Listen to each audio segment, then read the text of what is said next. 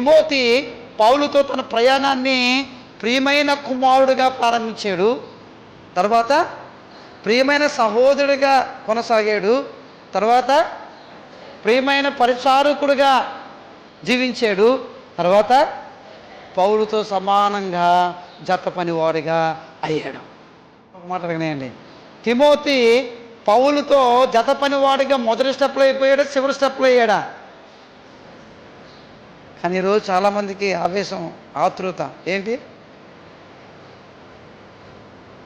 ఈ 3 స్టెప్పులతో పని లేదు వీళ్ళకి.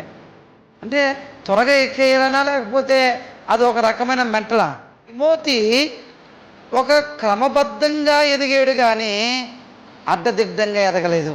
ఎదుగుదల ముఖ్యమే కానీ ఆ ఎదుగుదల ఒక క్రమానుగా ఉండాలి, క్రమబద్ధంగా ఉండాలి. మీ పిల్లల్ని ఎప్పుడు కూడా అడ్డదిడ్డంగా ఎదిగేలాగా చేయకండి. ఒక ఆర్డర్లో, ఒక క్రమంలో ఎదిగే విధంగా వాళ్ళని తర్ఫీదు చేయండి. అది వాళ్ళకి మంచి పేరునిస్తుంది. అపోస్తలుడు పౌలుతో తిమోతి కుమారుడితో ప్రారంభించి తన తోటి పనివాడుగా ఆ స్థాయి వరకు వెళ్ళిపోయాడు.